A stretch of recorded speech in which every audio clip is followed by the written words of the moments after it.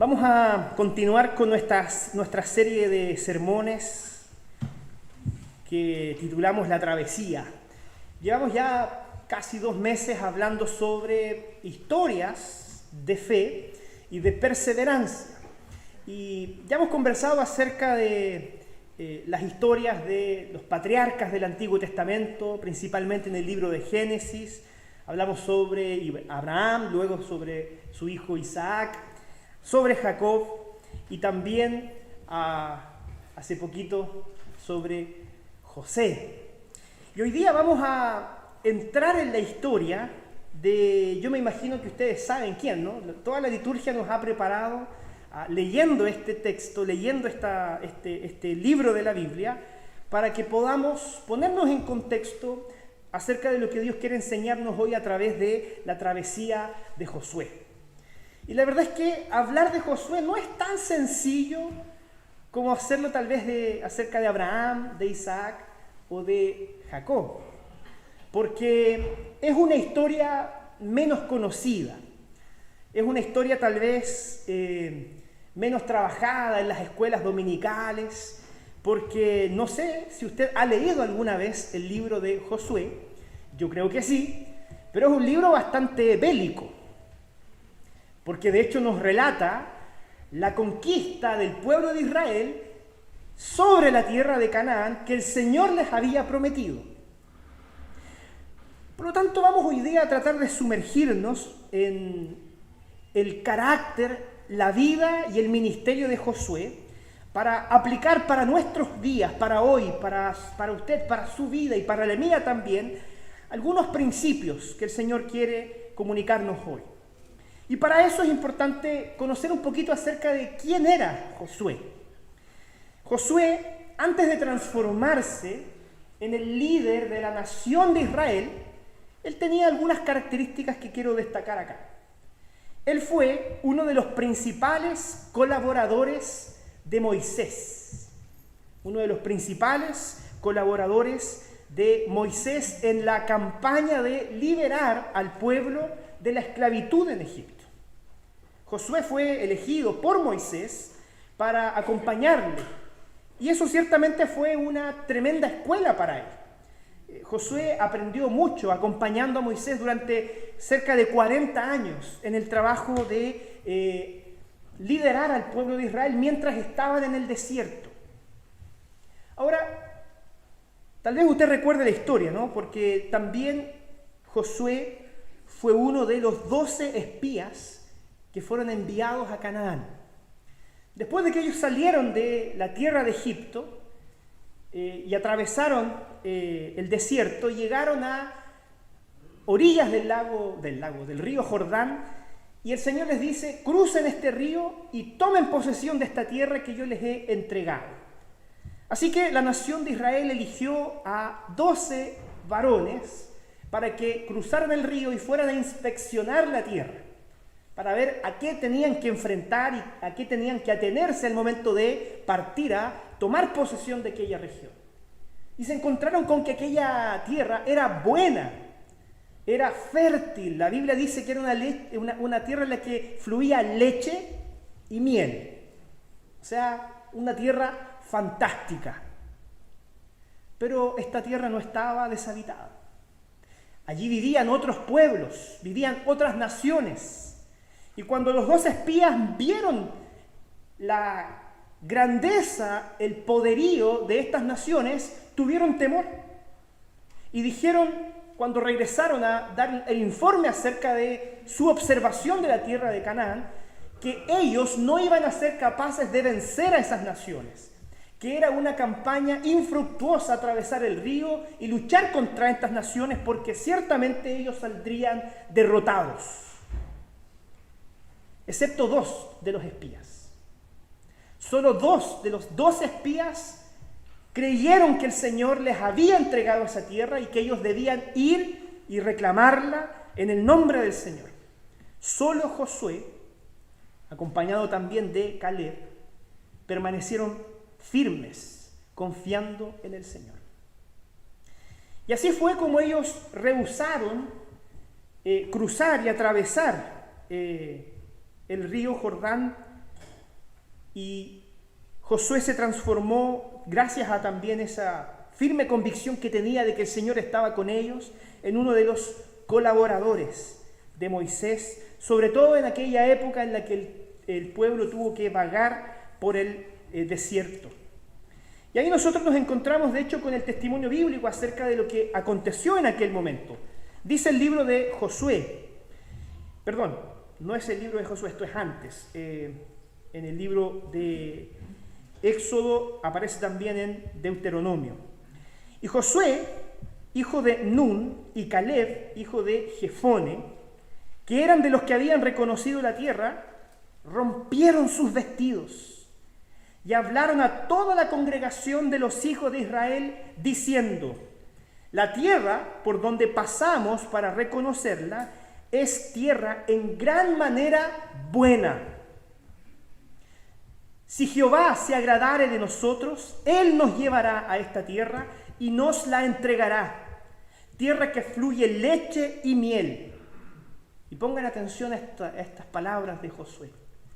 Por tanto, no seáis rebeldes contra Jehová, ni temáis al pueblo de esta tierra, porque nosotros los comeremos como pan.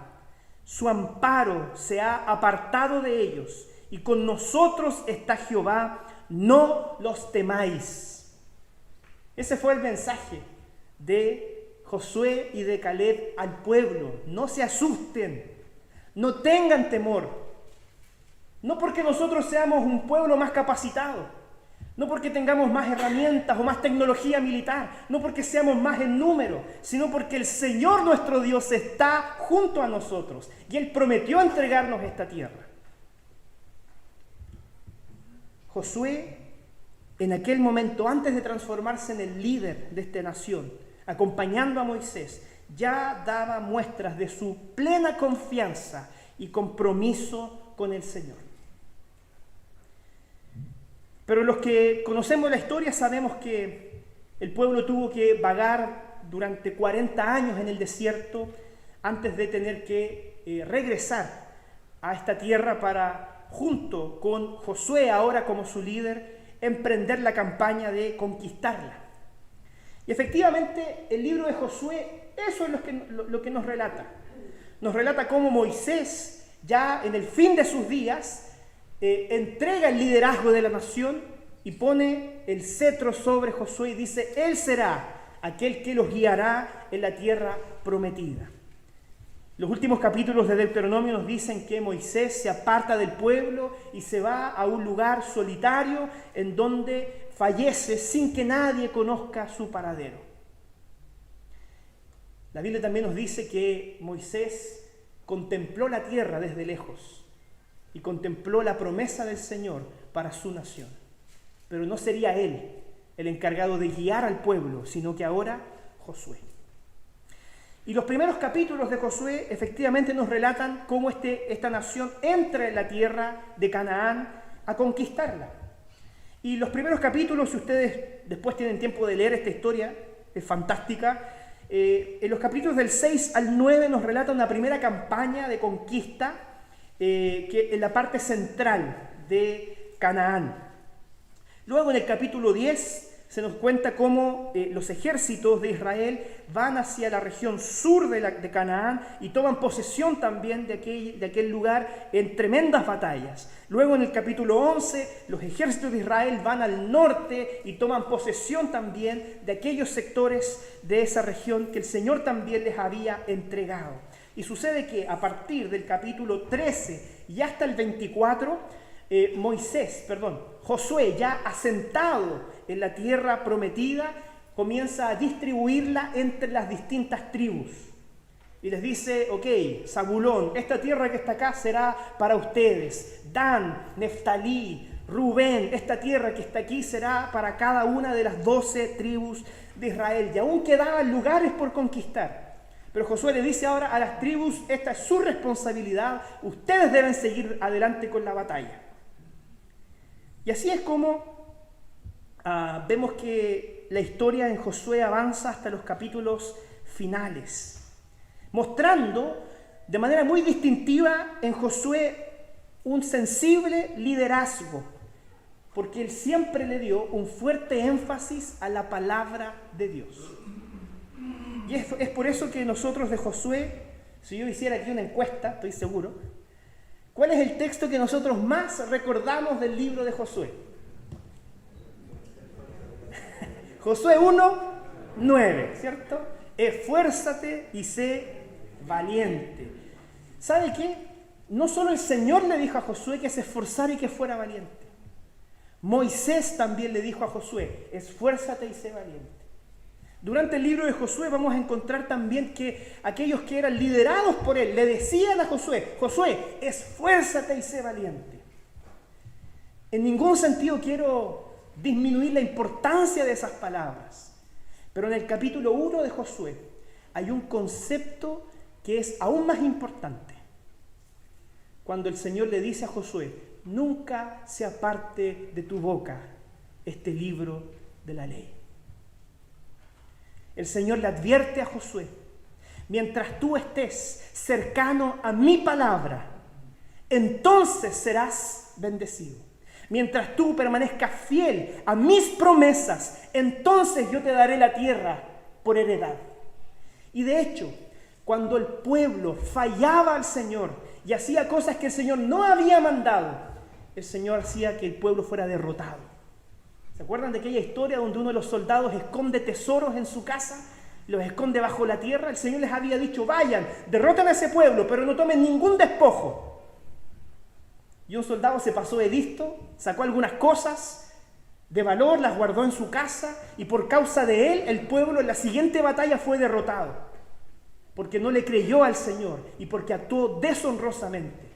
Josué fue advertido de esta situación, y él puso un castigo ejemplificador para que el pueblo siguiera poniendo su vista no en los despojos, sino en el Señor que les daba la victoria.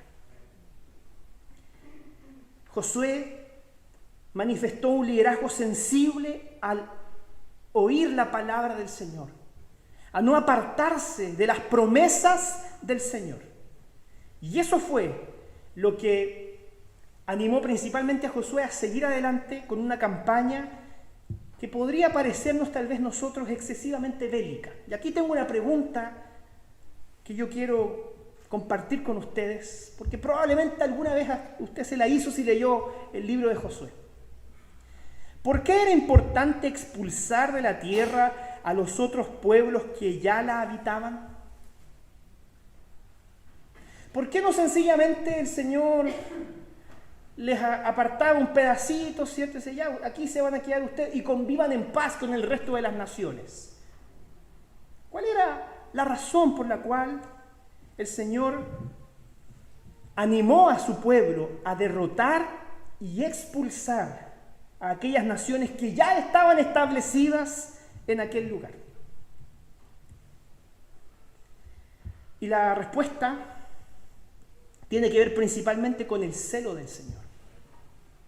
Porque en aquella región habían muchos pueblos que adoraban diversos y diferentes dioses, dioses paganos. Por ejemplo, el libro de Josué nos relata que estas naciones adoraban al dios El, al dios Baal, al dios Anat, o adoraban a Asera, otros adoraban a Astarot, otros adoraban a Moloc, a quienes se les presentaban niños en sacrificio. Eso hacían estas naciones. Entregaban sacrificios humanos, tomaban niños recién nacidos y los ponían en las manos de Moloc y los metían en su boca, que era un horno de fuego, y los niños eran quemados dentro de su boca para ofrecerle honor y gloria a este dios sanguinario que era Moloc, a Dagán, y así un sinnúmero de dioses que son mencionados, que promovían todo tipo de prácticas extrañas, de sacrificios humanos, de inmoralidades de todo tipo. Y el Señor, siendo celoso de su gloria, sabía que su pueblo, si cohabitaba junto con ellos, corría el grave riesgo de contaminarse. Y fíjense que de la misma forma hoy vemos cómo la nación espiritual de Dios como aquellos que somos creyentes y que pertenecemos a la familia de Dios, convivimos también con toda clase de idolatrías. Hoy día, en todo lugar al que nosotros vamos, donde sea que usted se desempeñe, en su vecindario, en su lugar de trabajo, incluso dentro de su propia familia, se encontrará con todo tipo de prácticas, ideologías y sofismas idolátricas, frente a las cuales, déjenme decirlo, con mucha responsabilidad, muchas veces actuamos con absoluta inocencia. Es más, es cada vez más frecuente ver hoy día al pueblo de Dios consumiendo y mezclando su fe con este tipo de filosofías o prácticas antibíblicas. Es cada vez más común ver cómo la fe comienza a secularizarse, tomando conceptos del mundo, conceptos paganos, sofismas y mentiras, mezclándolas con la verdad. El Señor no toleraría que sus hijos diluyeran la fe con este otro tipo de prácticas idolátricas. Tal vez hoy día, por causa también del discurso del mundo, nos parece lo correcto. Pero fíjense lo que el Señor le dijo a Josué. Le dijo: nunca se aparte de tu boca este libro de la ley. ¿Y qué era la ley? Era la verdad. La verdad revelada por Dios. Josué le dijo: nunca trances por ningún motivo que tus pies y que tu mente y tu corazón estén fundados sobre la verdad revelada. Yo soy la verdad, yo les daré la victoria. Sean fieles para mí. Y no se mezclen con los dioses paganos, con las idolatrías y sofismas del mundo. ¿Cuántos tal vez hoy día, hermanos, tenemos ese firme compromiso con la palabra de Dios, con la verdad? ¿Cuántos incluso tal vez han guardado silencio delante de las mentiras del mundo? Porque hoy día es lo políticamente correcto. El Señor es un Dios celoso de su gloria, que no tolera que la mentira gobierne por sobre la verdad. Y nosotros, que somos su pueblo, la nación escogida por Dios, no podemos guardar silencio.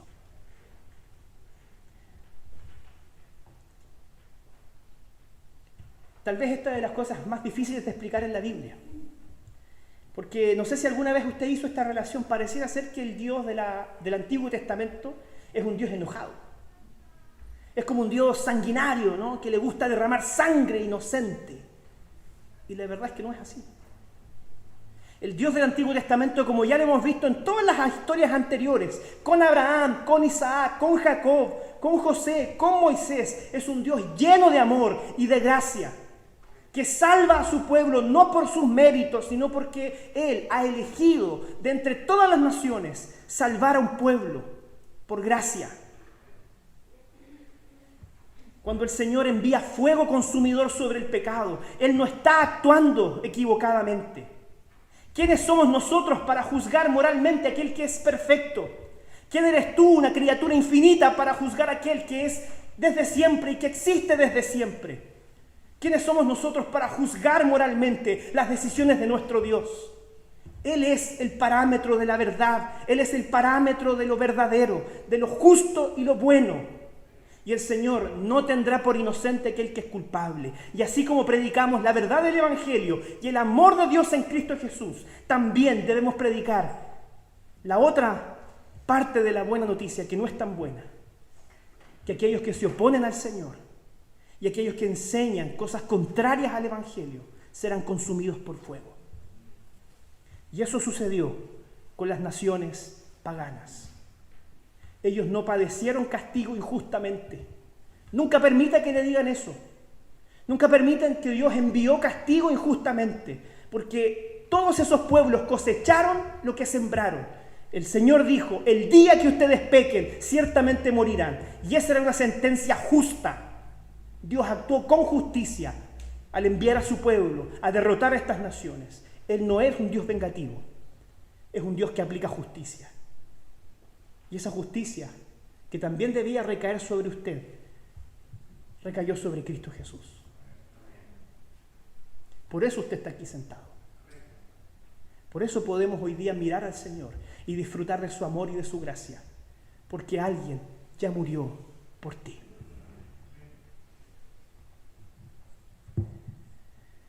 Pero vemos, hermanos, que hay algunos interesantes frutos de la travesía de Josué. Y quiero concentrarme solo en un texto bíblico de 3 versículos que está en el capítulo 21. Josué, capítulo 21. Está ahí adelante. Dice así: ya había terminado las campañas de conquista. El libro está por terminar. Josué ya está casi en sus últimos días. Y el autor de este libro, que es Josué, nos dice: de esta manera dio Jehová a Israel toda la tierra que había jurado dar a sus padres. Y la poseyeron y habitaron en ella. Y Jehová les dio reposo alrededor, conforme a todo lo que había jurado a sus padres, y ninguno de todos sus enemigos pudo hacerles frente, porque Jehová entregó en sus manos a todos sus enemigos. No faltó palabra de todas las buenas promesas que Jehová había hecho a la casa de Israel. Todo se cumplió.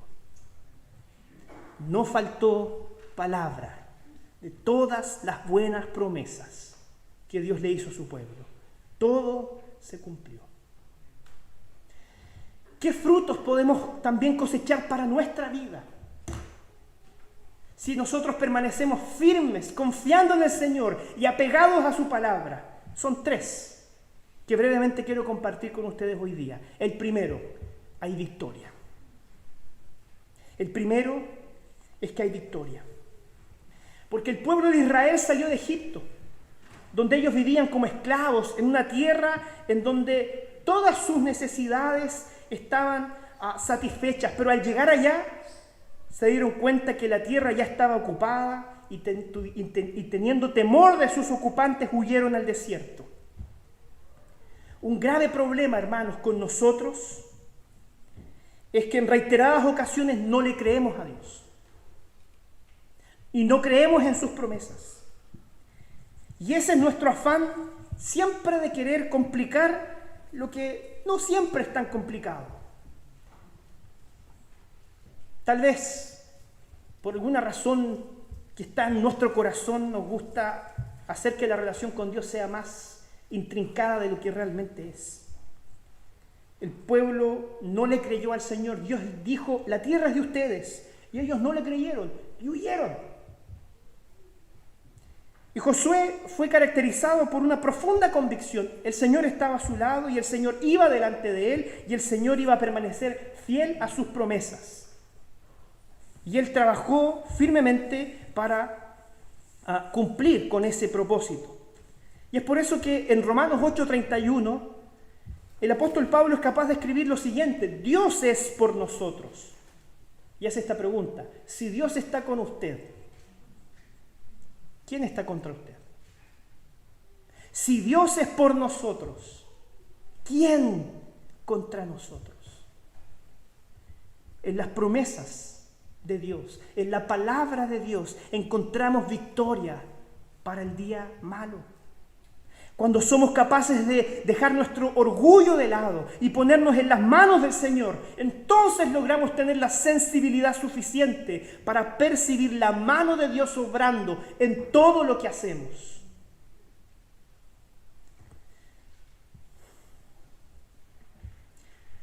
Podemos nosotros hacer las cosas de forma incorrecta y depositar nuestra confianza en nosotros mismos, en nuestras habilidades, en nuestras capacidades, y tal vez así como el pueblo no le creyó al Señor porque no se creían capaces de tomar la tierra. Cuando eso sucede, cuando ponemos nuestra confianza en nosotros mismos y las cosas no salen bien, entonces somos inundados por una profunda sensación de angustia y de tristeza, de desamparo y de derrota. Pero existe la manera correcta de hacer las cosas. Y ella es cuando depositamos nuestra confianza en Dios.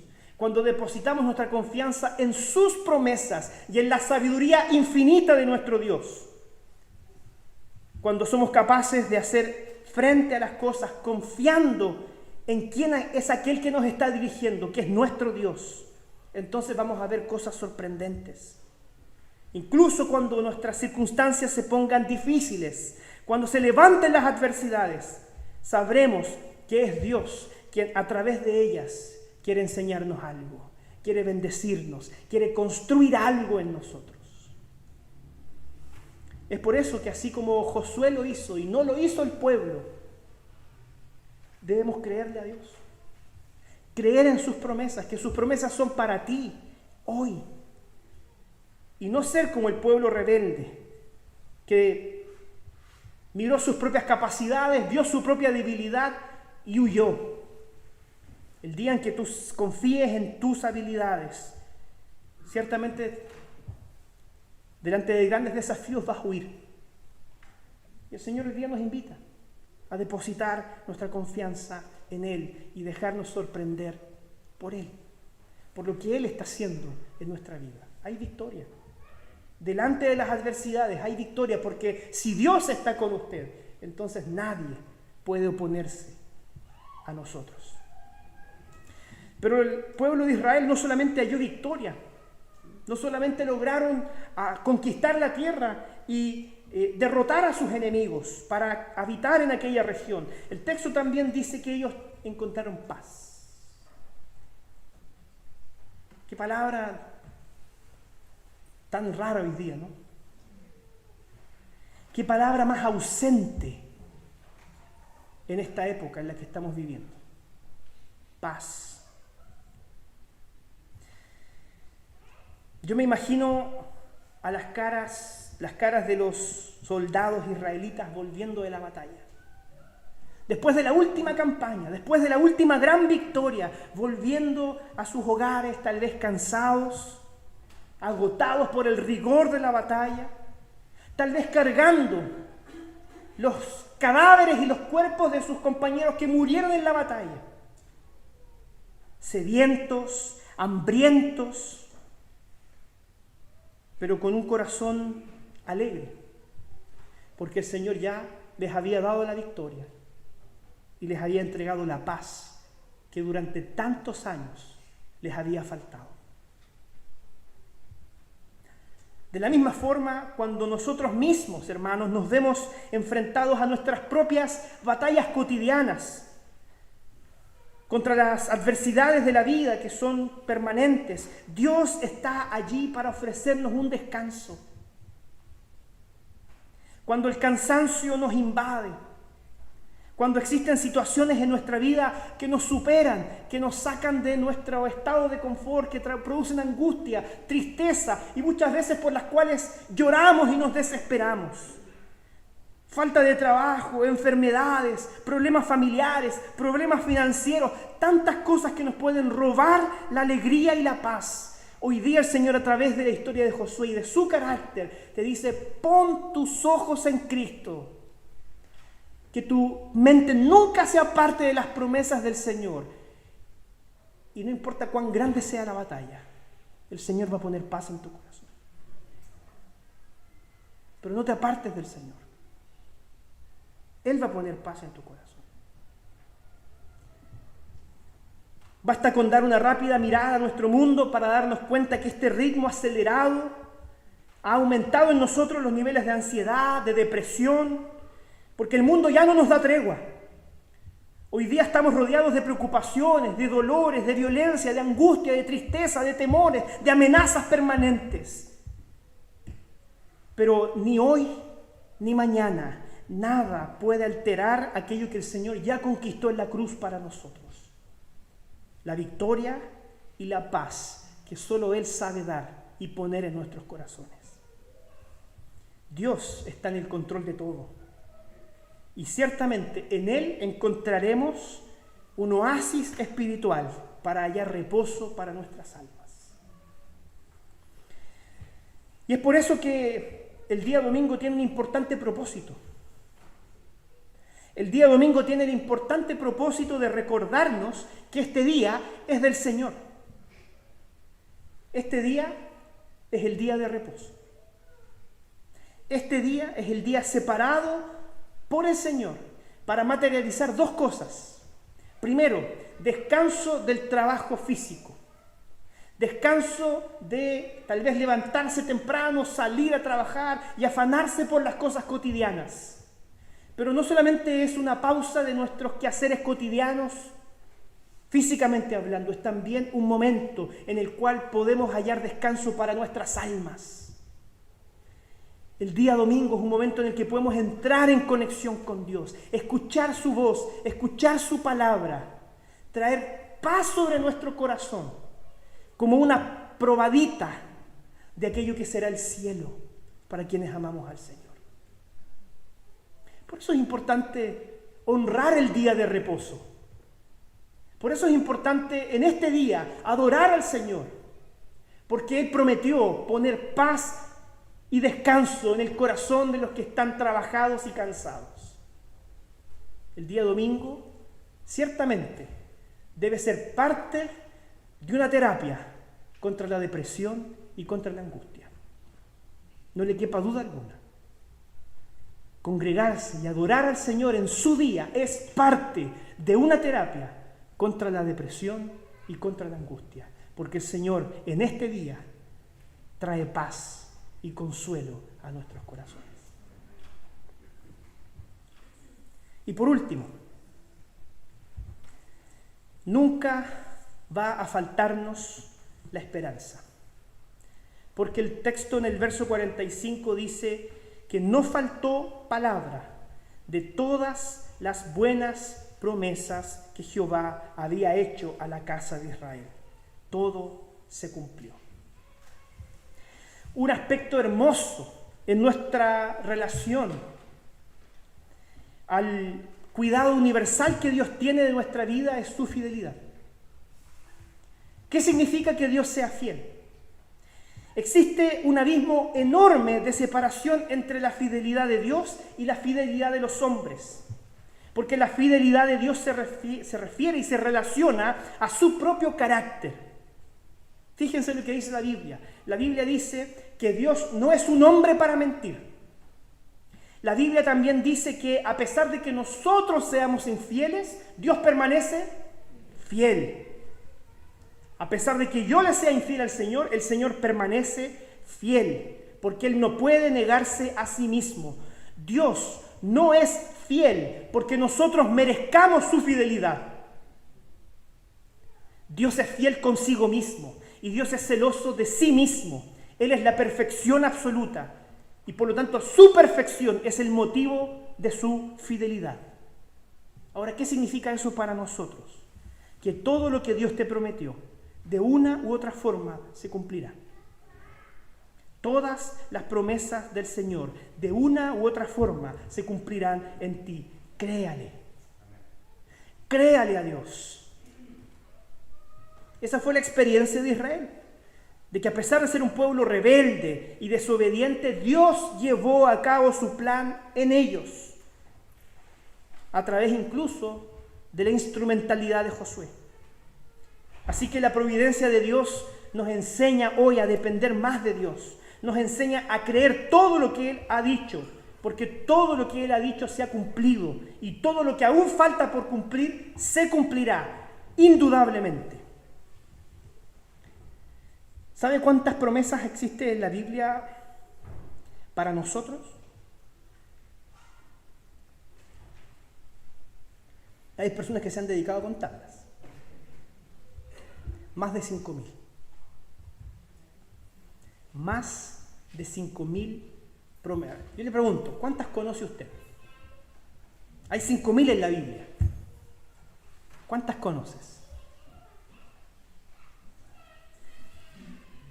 Vivir al tanto de cada una de esas promesas es lo que va a llenar nuestro corazón de esperanza. Eso va a traer esperanza sobre tu corazón. ¿Sabe por qué? Porque, si usted me permite hacer esta muy breve reflexión personal, yo miro el mundo en el que estamos viviendo y voy a confesar mi pecado aquí, ¿sí? No sé si me dan ganas de traer otro hijo a este mundo. Yo miro el mundo que nos rodea, veo cómo están las cosas y digo, ¿para qué voy a traer otra criatura al mundo? Y después el Señor me reprende y me dice, no tienes que pensar así. ¿Sabe por qué? Porque cuando no tenemos en mente las promesas de Dios, entonces somos tomados por una sensación de desesperanza, como si el reino del Señor no estuviera avanzando. Y el Señor a través de su palabra me ha dicho: ¿quién eres tú para cuestionar mi autoridad? Mi reino se irá avanzando y se consumará hasta que regrese Jesucristo. Y tú sigue entonces predicando el Evangelio y sigue trayendo hijos al mundo también. Y se lo digo a los demás que también están aquí. Porque este mundo necesita más de la palabra de Dios. Eso traerá paz y sanidad a este mundo. No que nos apartemos, no que nos encerremos a esperar timoratamente que el Señor regrese en algún momento para que acabe con toda la maldad. El Señor capacitó a su iglesia con todas las herramientas y con la verdad para dar la batalla y para que el Evangelio de Cristo y el reino de los cielos se extienda por todo el lugar. No tengamos temor. Josué no tuvo temor y el desafío era grande, pero él estuvo pegado a la palabra del Señor. Conozcamos las promesas. El Señor nos prometió la victoria. El Señor prometió que un día pondrá todas las cosas en orden. Sigamos confiando en esa promesa. Él la va a cumplir. Él la va a cumplir. Así que, para terminar, porque prometí hoy día terminar un poquito más temprano, quiero dejarle 3 reflexiones, 3 cosas para pensar y practicar. La primera de ellas: el compromiso con Dios se funda principalmente en la buena palabra de Dios. Piensen esto: no podemos comprometernos con alguien que no conocemos. No podemos comprometernos con alguien a quien no conocemos. Y solo conocemos a Dios entrando en contacto con su palabra. De los 2 espías que fueron enviados a Canaán, es muy posible que solo 2 conocían realmente al Señor. Los otros 10 tal vez habían oído, pero no conocían del carácter de Dios. Josué y Caleb sí conocían el carácter de Dios y creían que Él les daría la victoria. No podemos comprometernos con quien no conocemos. Conozca al Señor, búsquelo a través de su palabra. Segundo, Dios es celoso. Él no comparte su gloria con los ídolos y de hecho los manda a destruir. Dios manda a destruir los ídolos. Por lo tanto, es muy importante que usted y yo identifiquemos cuáles son los ídolos de nuestro corazón y los destruyamos. Porque si usted no los destruye, los ídolos te destruirán a ti. Dios es celoso y Él no nos comparte. Y eso no hace a Dios perverso, ni vengativo, ni malo. Él es bueno, Él es santo y Él es justo. Y le pertenecemos. Tercero, las promesas de Dios nunca faltan. Es más fácil ver la providencia de Dios mirando hacia atrás por el espejo retrovisor de nuestra vida y ver todo lo que el Señor ya ha hecho por nosotros. Porque cuando sabemos por dónde el Señor nos ha conducido, entonces podemos mirar el futuro con esperanza. Si el Señor atrás hizo cargo de todo, ¿por qué entonces me afano por lo que viene por delante? El Señor tiene todo resuelto. Confíe en Él, apéguese a su palabra y el Señor cumplirá su propósito en ti. Que Dios te bendiga. Vamos a orar. Querido Señor,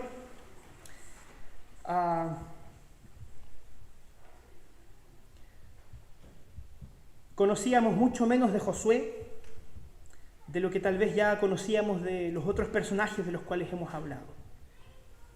Pero te damos gracias porque tú tomaste seres humanos falibles, pecadores, imperfectos, y te serviste de ellos, los usaste para tu gloria, para desplegar tus propósitos en favor de tu pueblo y de todas las naciones.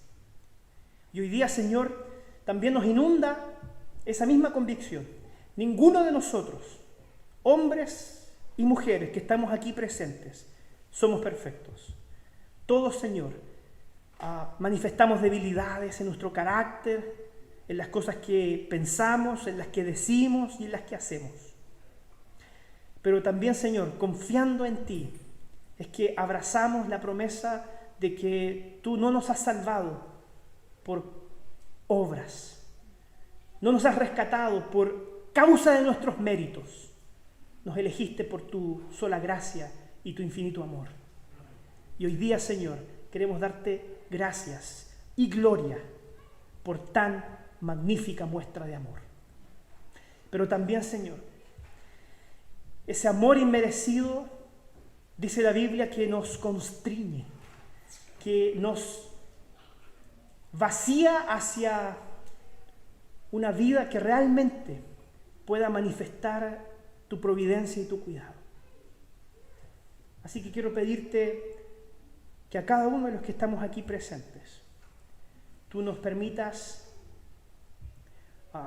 conocer más de ti, apegarnos más a tu palabra, conocer más de tus promesas, para ya no vivir, Señor, confiando en nuestras propias habilidades, ni mucho menos confiando en lo que el mundo ofrece. Porque lo que el mundo ofrece, Señor, es pasajero, es temporal, es vacío y sin sentido. Solo tus palabras son para nosotros aquellas buenas que llenan nuestra alma de victoria, de paz y de esperanza. Y queremos, Señor, que sean tus palabras las que guíen nuestro andar en cada momento. Bendice a tu iglesia, apártala, Señor, del mal y ayúdanos a vivir para tu gloria cada día. Te lo rogamos, Señor, en el nombre de Jesús. Amén.